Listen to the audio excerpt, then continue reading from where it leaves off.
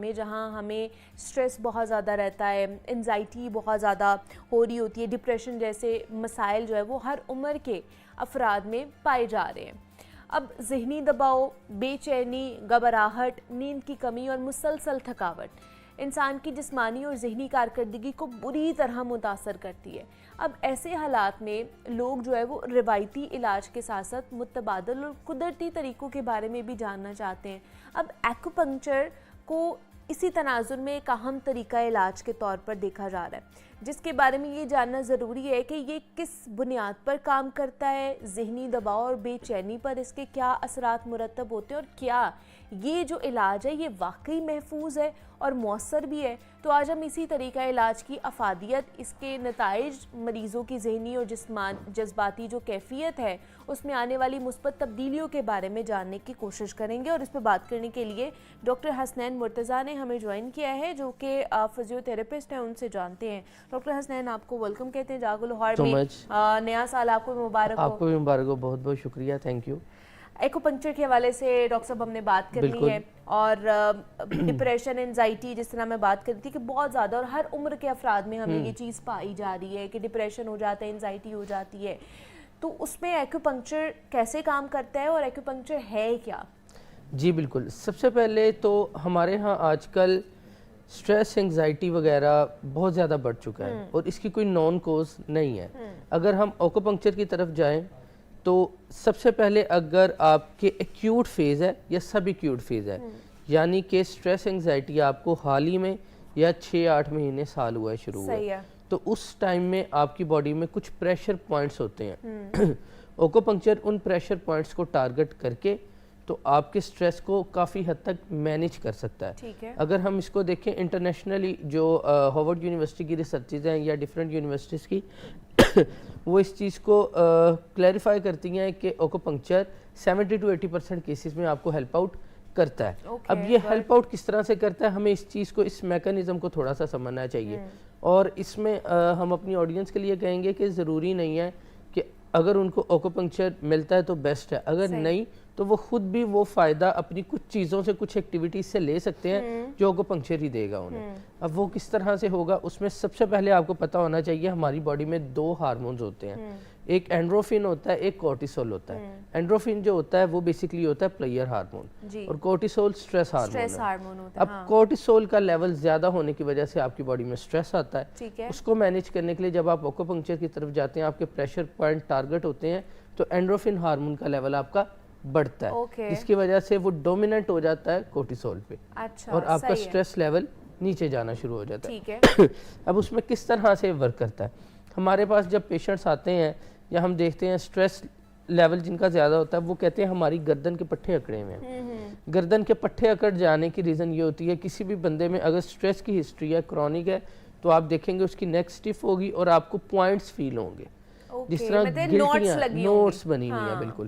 اب ان نوٹس کو آپ نے کیا کرنا ہے، آپ نے ان نوٹس کو پریس کر کے سرکولر موو کرنا ہے۔ اچھا، پریس کر کے جب سرکولر موو کریں گے آہستہ آہستہ، اگر آپ کے پاس ایکوپنکچر نہیں ہے تو آپ اس کو سرکولر موو بھی کر سکتے ہیں، جو کہ اس میں بڑا ہیلپ فل ہوتا ہے، آپ کو کافی ریلیکس ہوتا ہے پیشنٹ، اور اس کے جو سمٹمز ہیں وہ یہ ریلیز ہو جانے سے بہتر ہو جاتے ہیں۔ اب ہمارے ہاں کیا ہے، ہم ایکوپنکچر اور ڈرائی نیڈلنگ کو مکس کر دیتے ہیں۔ اچھا، حالانکہ ایکوپنکچر ایک چائنیز ٹریٹمنٹ ہے، ڈرائی نیڈلنگ ایک مسکولر ٹریٹمنٹ ہے۔ ہمارے ہاں اویئرنیس نہ ہونے کی وجہ سے لوگ ڈرائی نیڈلنگ کی طرف جاتے ہیں۔ ڈرائی نیڈلنگ بھی افیکٹو ہے، لیکن کمبینیشن میں ود ایکوپنکچر۔ نہیں تو ایکوپنکچر میں کس طرح کا طریقہ علاج ہے، مطلب اس میں کیا میتھڈ ہے، کیا کس طرح کے ٹولز یوز کیے جاتے ہیں، کیا ہوتا ہے اس کے اندر؟ اس میں بہت مائنر نیڈلز ہوتی ہیں، بہت تھن نیڈلز، جو کہ اگر ایک باڈی پہ ہم پرک کرتے ہیں تو اتنی تھن ہوتی ہے، اس کی منیمم پین ہوتی ہے یا پین ہوتی نہیں ہے، پیشنٹ کو فیل ہی نہیں ہوتا۔ اب وہ جب آپ پریشر پوائنٹ ٹارگٹ کرتے ہیں، وہ نیڈل انسرٹ کرتے ہیں، اس کی وجہ سے آپ کی باڈی میں بلڈ کی سرکولیشن امپروو ہوتی ہے، ہارمونل لیول چینجز آتے ہیں، اور پیشنٹ کا سٹریس آٹومیٹکلی نیچے آتا ہے۔ اب اس میں جب ہم انسرٹ کرتے ہیں نیڈل کو، تو اس میں ایک چیز ہم نے میک شور کرنی ہوتی ہے کہ ہم اسے 5 to 7 سیکنڈ تک ہولڈ کریں منیمم، اگر ہم اسے ہولڈ کر رہے ہیں اس کے ساتھ کیا ہوتا ہے آپ کی بلڈ کی سرکولیشن آہستہ آہستہ امپروو ہونا شروع ہوتی ہے. اب کچھ چیزیں جن چیزوں کا آپ کو خیال رکھنا پڑتا ہے وہ یہ ہے کہ جب پیشنٹ سٹریس کے ساتھ آیا ہے اس کے جو اپر ٹریپ مسل ہیں، گردن کے جو پٹھے ہیں، کمر کے اوپر والے پٹھے جو ہیں وہ اکڑ جاتے ہیں. صحیح ہے. اب اس کیس میں آپ نے کیا کرنا ہے، جب بھی اوکوپنکچر یا نیڈلنگ کی طرف آپ جائیں گے تو آپ نے اس کو بڑے دھیان سے اور کسی ٹرینڈ بندے سے کروانا ہے. کیوں؟ ادروائز وہ آپ کی نیموتھوریکس کی طرف آپ کو لے کے جائے گا. نیموتھوریکس کیا ہوتا ہے کہ جب نیڈل لگتی ہے آپ کو تو آپ کے جو لنگس کی لائننگ ہے وہ بالکل ساتھ جڑ جاتی ہے آپ کی چیسٹ وال کے، اوکے، جس وجہ سے کارڈیک اریسٹ ہونے کا بھی خطرہ اور پیشنٹ ورس کنڈیشن کی طرف جا سکتا ہے. مطلب اگر یہ والا بھی چیز کسی ان پروفیشنل سے آپ کراتے ہیں بالکل اسی طرح، تو آپ اور کو کارڈیک اریسٹ بھی ہو سکتا ہے، ہارٹ اٹیک بھی ہو سکتا ہے. اوکے، اس میں اسی لیے کہتے ہیں کہ اگر آپ کو کسی بھی قسم کا کارڈیک ایشو ہے، اب ہمارے ہاں لوگ کہتے ہیں ہمیں کارڈیک ایشو ہے لیکن ہمیں کبھی اس نے تنگ نہیں کیا، ہم میڈیسن بھی نہیں لیتے تو ہم بالکل ٹھیک ہیں. تو اس کا مطلب وہ ٹھیک نہیں ہے. آپ کو اگر آپ کوئی بھی ٹریٹمنٹ کروا رہے ہیں تو آپ کو سب سے پہلے بتانا پڑتا ہے کہ مجھے یہ ایشو ہے.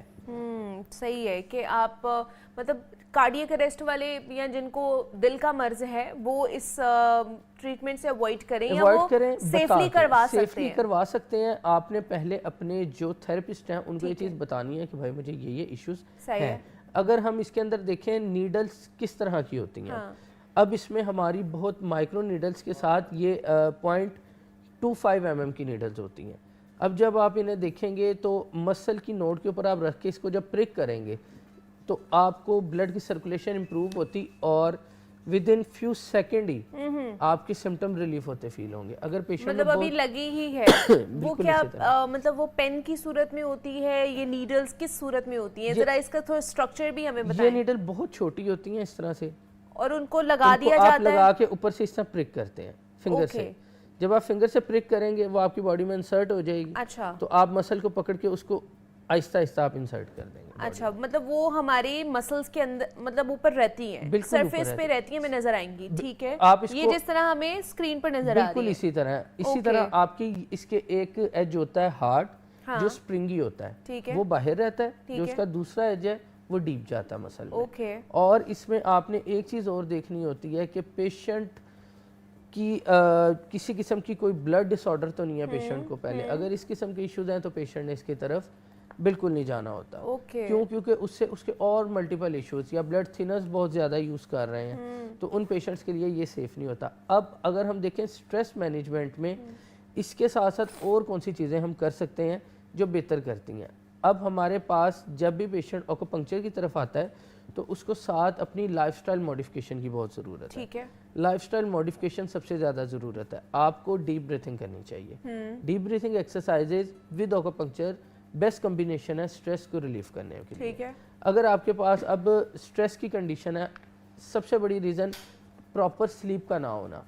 اگر آپ اوکوپنکچر کی طرف جاتے ہیں تو آپ کا سلیپ پیٹرن بھی بہتر ہوتا ہے. آپ کی سلیپ پیٹرن پہ بھی فرق پڑتا ہے. وہ لوگ جو کہتے ہیں ہماری نیند نہیں ہمیں آتی، وہ ڈیفرنٹ ٹیبلٹس کی طرف جاتے ہیں، سلیپنگ پلس لیتے ہیں.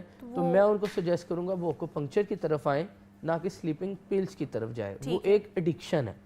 آپ کسی بھی چیز کو یوز کرتے ہیں اس کی ایک حد تک فائدہ ہے، اس کے بعد بھی اس کا نقصان ہے نا. پھر آپ کے اور وائٹل آرگنز ہیں وہ ڈیمیج ہونا شروع ہو جاتے ہیں، آپ کی کڈنیز ڈیمیج ہونا شروع ہو جاتی ہیں. اس کے ساتھ آپ دیکھیں گے جو پیشنٹ میڈیسن لیتے ہیں، سلیپنگ پلس لیتے ہیں، وہ سلو رہتے ہیں.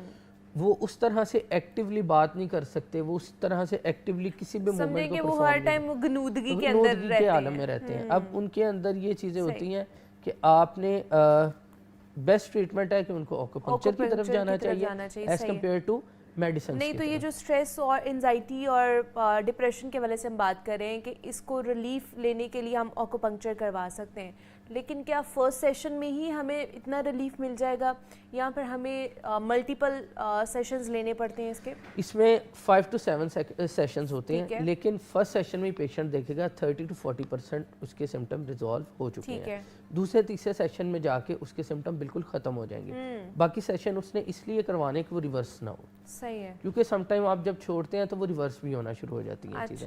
تو آپ نے ان چیزوں کو ریورس ہونے سے بچانا ہے. یہ چیز سب سے پہلے. اور وہ پیشنٹ جن میں پینک اٹیکس آتے ہیں پینک اٹیکس بہت زیادہ دیکھنے کو ملتے ہیں کچھ پیشنٹس میں، ان میں بھی اوکوپنکچر کے بہت اچھے ریزلٹس ہیں۔ چلیں اس پہ مزید بات کرتے ہیں پینک اٹیکس والوں کے حوالے سے بھی، اور انزائٹی ڈپریشن اسٹریس سے کیسے ہم نے بچنا ہے، اوکوپنکچر اس میں کتنا اہم رول پلے کرتا ہے، اس پہ ہم بات کر رہے ہیں لیکن اس بریک کے بعد۔